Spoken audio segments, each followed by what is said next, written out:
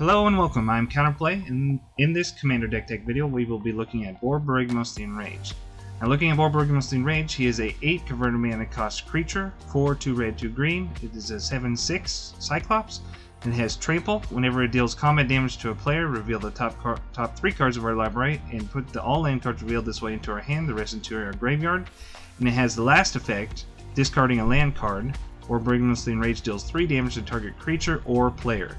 This is going to be the effect that we're going to be really focusing on throughout the deck. So let's go through the first 3 planeswalkers here. I'm including a Chandra Flamecaller for 4 and 2 red. It has the first ability to create 2/3/1 elemental creature tokens with haste. We can exile them in the beginning next end step, but mainly for 0 loyalty, discarding all the cards in our hand and then drawing that many cards +1. This is going to be able to refill our hand with this ability, and discarding and pitching the rest that we don't need, possibly getting more lands to discard through Borborygmos. Its last ability here, it has -X. Chandra Flamecaller deals X damage to each creature, so it's also a potential board wipe for us. Next up we have Goruk, Primal Hunter for 5, 2 and 3 green. We can create a 3/3 beast creature token with it, but mainly with -3 we can draw cards equal to the greatest power among creatures we control. If we're able to keep Borborygmos out, it has 7 power, we're able to draw a new fresh hand of 7 cards with this card. Next up we have Ren in 7 for 5 mana. All of its abilities are pretty potentially powerhouses for this deck. It has +1, reveal the top 4 cards of our library, put all land cards revealed this way into our hand, the rest into our graveyard, able to put more lands in our hand to be able to discard through Borborygmos.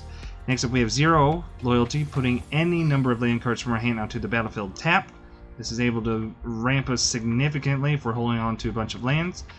It has a -3 ability. We can create a green treefold creature token with reach, and it has a power and toughness equal to the number of lands we control. And if we have the 8 loyalty, -8, returning all permanent cards from your graveyard to your hand. You get the emblem of you have no maximum hand size. Next up, we'll go through the creatures here. First up, we have Ancient Green Warden for 6 mana. It's a 5/7 elemental with reach. We may play land cards from our graveyard, and it has the bonus effect of if a land entering the battlefield causes a triggered ability of our permanents to be triggered, it triggers an additional time, doubling up on a lot of our landfall abilities. Next up, we have Avenger of Zendikar for 7 mana. It's a 5/5 elemental. Whenever it enters the battlefield, we're going to be creating a 0/1 plant creature token for each land we control. And it also has a landfall ability. Whenever a land enters the battlefield under our control, we may put a +1/+1 counter on each plant creature we control. Next up we have Azusa, Lost But Seeking for 3 mana. It's a 1/2 human monk. We can play 2 additional lands on each of our turns. Just being able to play additional lands on our turns is a big powerhouse effect for this, because we have so many lands in the deck, able to ramp us so fast. Next up we have Beanstalker Giant. He has a sorcery adventure ability for 3. We can search our library for a basic land card, put it on the battlefield, and it can come back again for 7 mana on its own. It becomes just a massive creature with power toughness equal to the number of lands we control. This is going to be another massive creature we can target along with Borborygmos, with Goruk, Primal Hunter, and other effects that are draw engines based on a massive power creature we have on the board.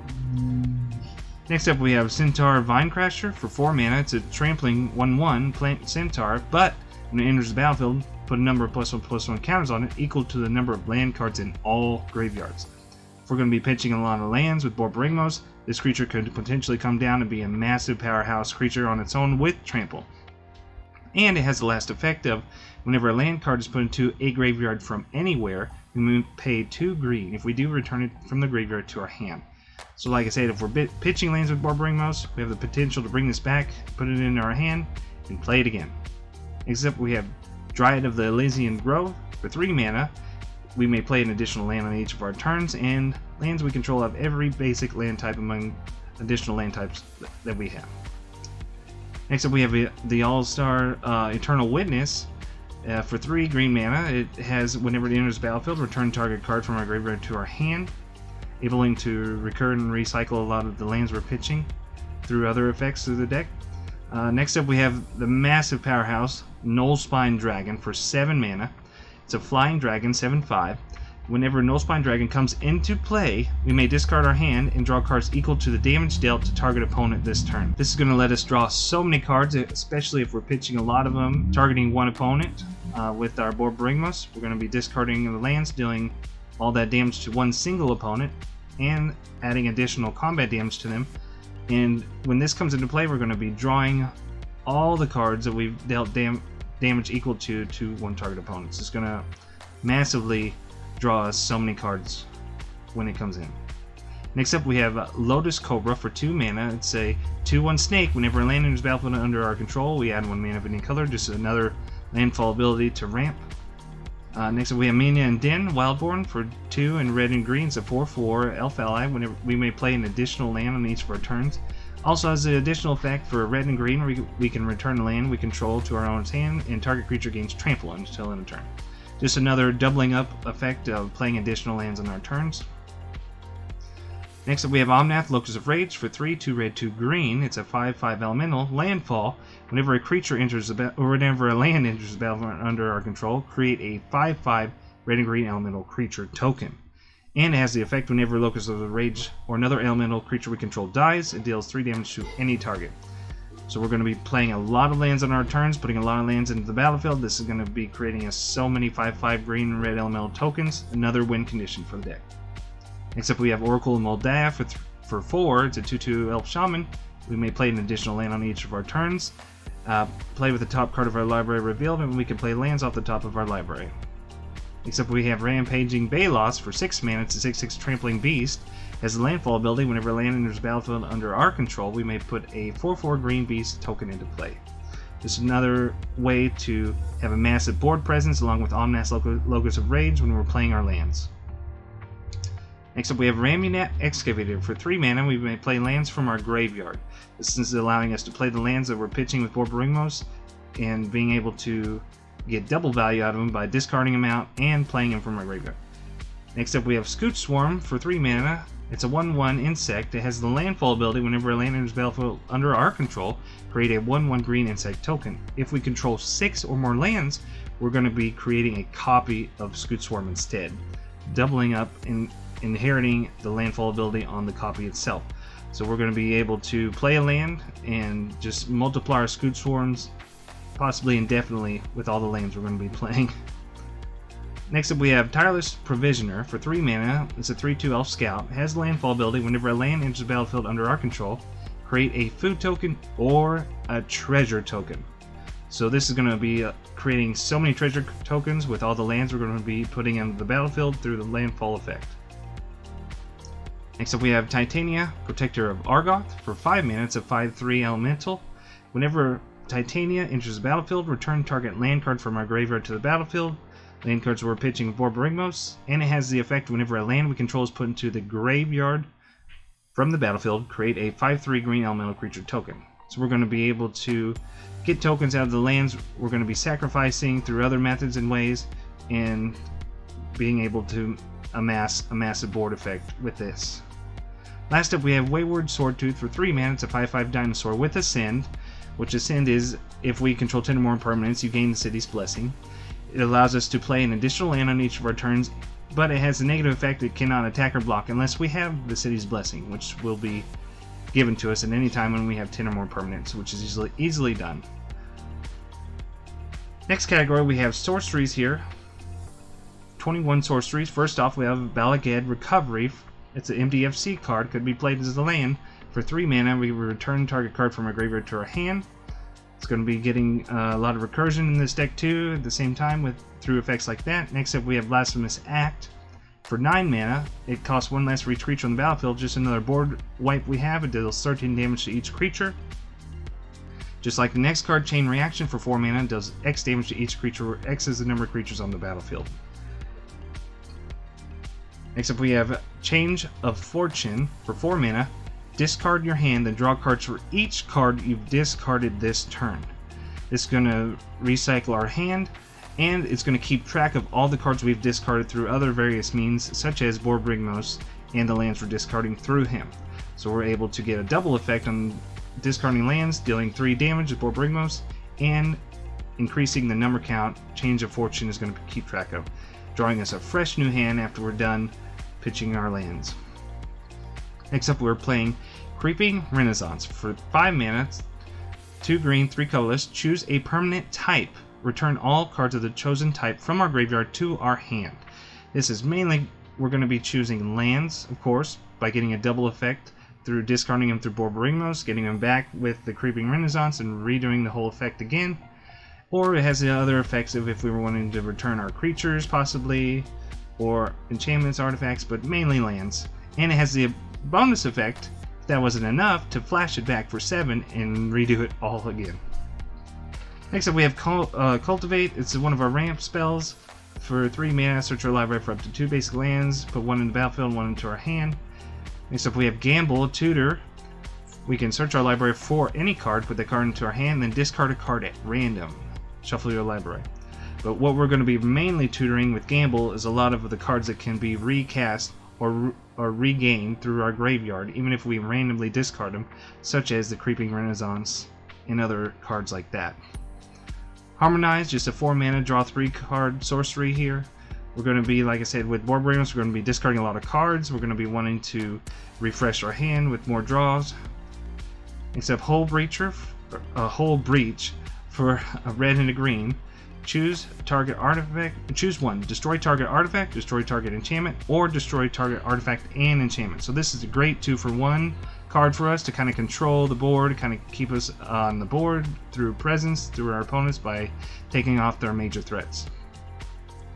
Next up, we have Imposing Grand Juror. For 5 mana, each player may discard their hand and draw cards equal to the greatest mana value of a commander they own on the battlefield or in the command zone. So for just 5 mana, we're going to be able to be discarding our hand and drawing a fresh 8 cards through Borborygmos. Next up, we have Kodamas Reach, which is the brother of Cultivate. For 3 mana, we're going to be searching our library for 2 basic lands, put 1 into play, 1 into our hand. Next up, we have Life from the Loam. For 2 mana, sorcery, returning up to 3 target land cards from our graveyard to our hand. So we're going to be pitching the lands through Borborygmos. We're going to be getting those back through Life of the Loam, and it has the effect of Dredge 3. If we would draw a card instead, mill 3 cards and put this card back into our hand. So this is another great gamble effect. Even if we randomly discard it, we're going to have the ability to get it right back into our hand when we draw in Dredge. Next up, we have Nisa's Pilgrim. 3 mana, search your library for up to 2 basic forests, reveal those cards, put 1 into the battlefield, tap the rest into your hand. It has the additional effect, Spell Mastery. If there are 2 more instances of sorceries in our graveyard, search our library for up to 3 basic forests. So we're going to be putting 1 into play, 2 into our hand with that Spell Mastery. Next up, we have Praetor's Council. Big mana spell here for 5 and 3 green. Return all cards from our graveyard to our hand, exiling Praetor's Council, and we have no maximum hand size the rest of the game. This is great for all of the cards we're going to be discarding through our various wheel effect cards, and through the lands we're going to be discarding through Borborygmos. We're going to be able to get all those cards back from our graveyard back into our hand and go through the whole strategy again. This is a great recycle card for us. Next up, we have Primal Command. For 5 mana. It's 4 options, and we choose 2 of them. The target player gains 7 life, or put target non-creature permanent on top of its owner's library. Target player shuffles his or her graveyard into their library, or search your library for a creature card, put it into your hand, and shuffle your library. This is a great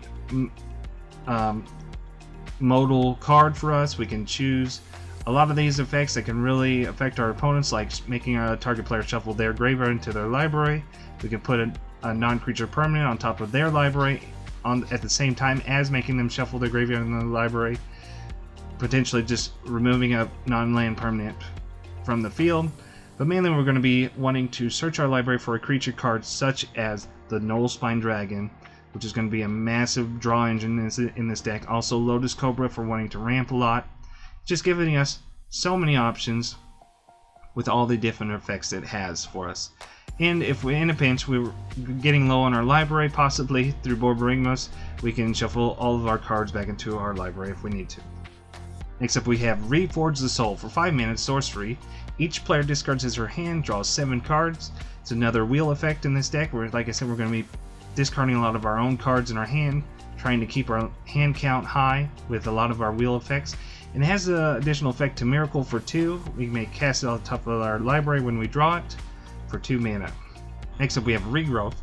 Just a 2 mana recursion card. Return target card from our graveyard to our hand. Like I said, we're going to be discarding so many cards through our wheel effects. We're going to get extra value through our recursion. Next up we have Risk Card's Expertise. For 6 mana, drawing cards equal to the greatest power among creatures you control. And it has the additional effect, you may cast a spell with corroded mana cost 5 or less from your hand without paying its mana cost. So we're going to have a lot of big fatty creatures, like with Borborygmos, Centaur the Vine Crash coming down with massive power and toughness. We just have a lot of high-powered creatures in here as well. And with Risk Card's Expertise, we're able to play in another card after we've cast and drew our cards with it. Just a great draw engine for us as well. Scapeshift. For 4 mana, sacrifice any number of lands. Search your library for up to that many land cards, put them onto the battlefield tap. Shuffle your library. This is a great card to get a lot of our utility lands that we got in here. We have over 40.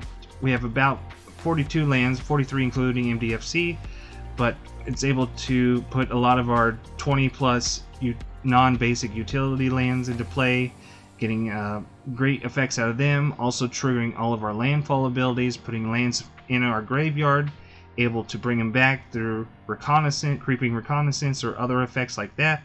This is a great card, and we're going to make great use of it in here. Next up we have Soul's Majesty for 5. Drawing cards equal to the power of target creature you control.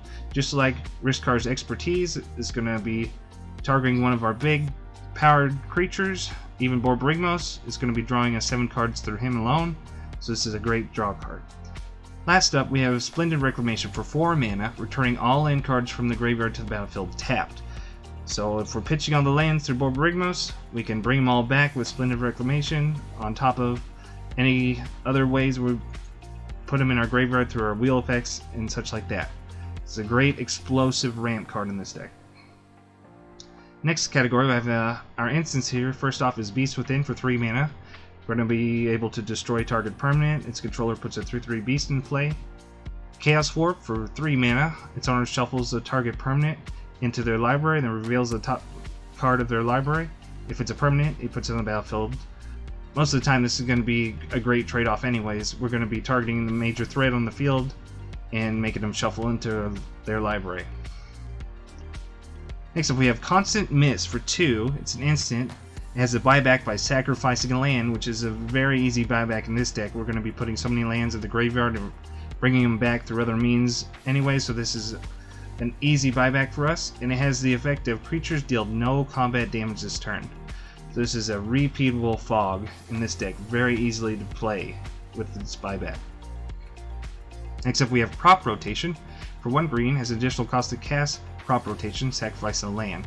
Search your library for a land card, put it on the battlefield, and then shuffle your library. This is a great cycle ability for our lands, able to sacrifice it and bring back a better utility land. Mainly we're going to be searching for things like Glacial Chasm, which is a non-mana producing land we have in this deck, but it has the cumulative upkeep of 2 life, so we'll have to first pay 2 life to keep it on the battlefield, or we can choose not to pay the life and it will sacrifice itself, but it will be 2, 4, 6, 8, so on and so forth through our upkeeps that we'll be paying for to keep it on the field. When it comes into play, we're going to be sacrificing another land with this effect, and it says we cannot attack, but all this is big payoff by saying all damage dealt to you is reduced to 0. This is a great fog land we're able to keep on the battlefield as long as we're willing to pay the cumulative upkeep, and it's great with Crop Rotation. We can instant it out and have an instant fog. Also, so many other great options with this. If we're wanting to ramp with it, we can also go get Temple of the False God, a land that taps for 2 mana. It's giving us additional ramp through that way. Next up we have Corrosion Grip for 3 mana. Split second, destroys target artifact or enchantment. Next up we have Return of the Wild Speaker for 5 mana. We can choose one, and we can draw cards equal to the greatest power among non-human creatures we control, or we can give our non-human creatures +3/+3 until end of turn. Mainly this is going to be drawing us so many cards with our massive power creatures we have on the field, and if we're needing to close out the game, it can pump up our whole team to win through combat damage. Next up I have Starstorm. It's an X 2 red instant spell.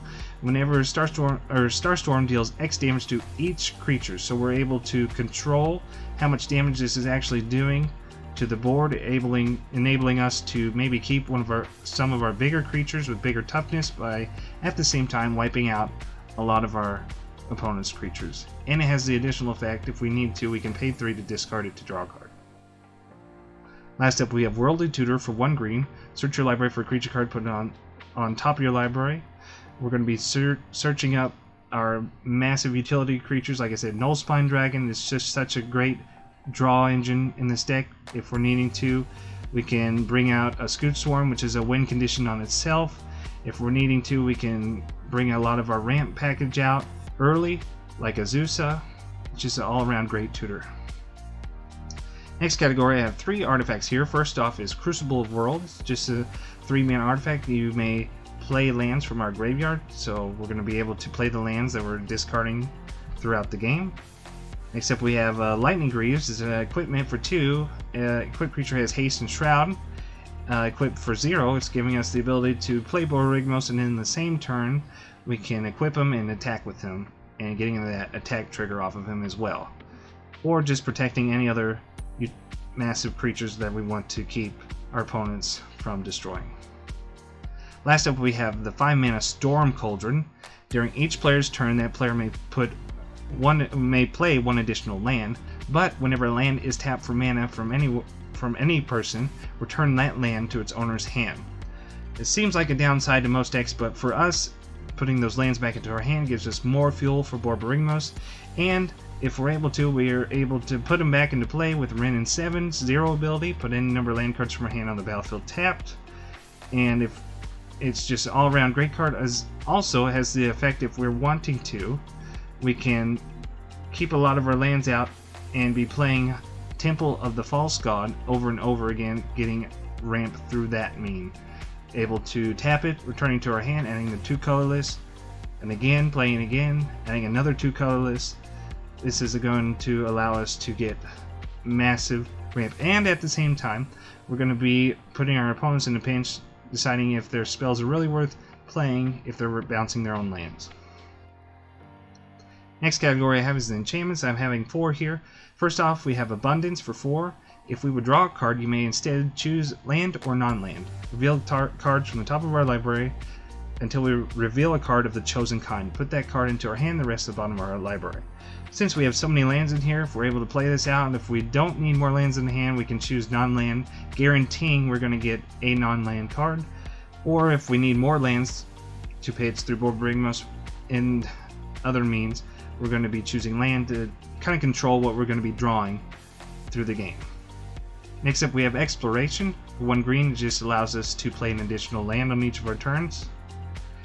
Keen Sense. For 1 green, it's an enchantment. Whenever the enchanted creature deals damage to an opponent, we may draw a card. This is going to be great to put on Borborygmos with his last ability. Like I said, if we discard a card, Borborygmos is going to be doing the 3 damage, and if the enchanted creature is going to be doing the damage, we're going to be drawing a card. On top of that, if we're going to be drawing a card every time we discard a card, we might as well choose which cards we're going to be drawing through Abundance by choosing land. So if we discard a land card, draw a card through Keen Sense, and through that draw trigger we will say Abundance, we will say land, draw another replacement land, and so forth, and cycling through our deck and discarding all the lands and doing all that damage to our opponents. Lastly, through our enchantments, we have Sylvan Library, just a 2-mana enchantment. This is an older printing, but basically means whenever we're drawing our card for a turn, we can draw 2 more cards, keep them separate with the 3rd, and for each card past the first card we've drawn, we can pay 4 life to put that card into our hand. If we do not pay the 4 life, we put the card back on top of our library. So we can look at the top 3, choose 1 if we want to pay no life, put it in our hand, put the other 2 back in any order, or we can pay 8 life, draw all those cards. This is a great synergy card with our Abundance trigger, which is a replacement trigger. If we would draw a card, we can instead choose and put those cards in our hands. So we're going to be drawing a card for the turn, drawing 2 more through Sylvan Library, and they're all going to be replaced with Abundance, meaning we're going to be triggering Abundance 3 times separately, and we can put 3 cards into our hand without paying any life. It's great synergy for us. And that rounds out the non-land cards we're going to be using. Like I said, we have 42 lands, 43 including MDFC. A lot of them are mana fixing, but I'll go through some of the utilities, like Crystal Vein has the ability to tap for 2 colorless by sacrificing it. We got a lot of the search lands, Fabled Passage, Evolving Wilds. We have Field of the Dead, so we have so many different named non-basic lands that we're able to trigger Field of the Dead on its own, creating us a bunch of zombies, especially if we're able to scape shift and just choose the lands we want to put into play, and at the same time creating a massive amount of zombies. Next up we have Forgotten Cave. It has the ability to cycle for 1 red, and this is a great synergy with Life from the Loam. We're able to pay the 1 red, discard it, cycle it, draw a card. If Life of the Loam is in our graveyard, we'll instead choose to dredge and cast Life from the Loam once we got it in our hand, putting back the cave, Forgotten Cave, into our hand, and going through that again, cycling it, drawing a card, instead dredge, and so forth, and we're able to put even more lands into our hand through Life of the Loam, choosing up to 3. Next up I have Ghost Quarter here. We can sacrifice it to destroy target land. Its controller may search the library for a basic land, put it in the battlefield. If we need to, we can target our own lands with this, and kind of ramping ourselves by being able to play lands from our graveyard. So we're able to play Ghost Quarters again from our yard, or any other land we decided to destroy through Ghost Quarter. So it's kind of a little neat ramp action if we need to. Also, of course, we can always destroy our opponent's utility lands that are causing us trouble. Like I said, Glacial Chasm, talked about it a little earlier. It's our fog land. Like I said, it doesn't tap for mana, but the ability to reduce all damage done to us to 0 is just so worth it in this deck. And it's land that we can pitch to Borborygmos. We have Myriad Landscape, just a ramp land. Pay 2, sacrifice it, search our library for 2 basic lands, put them into play tapped.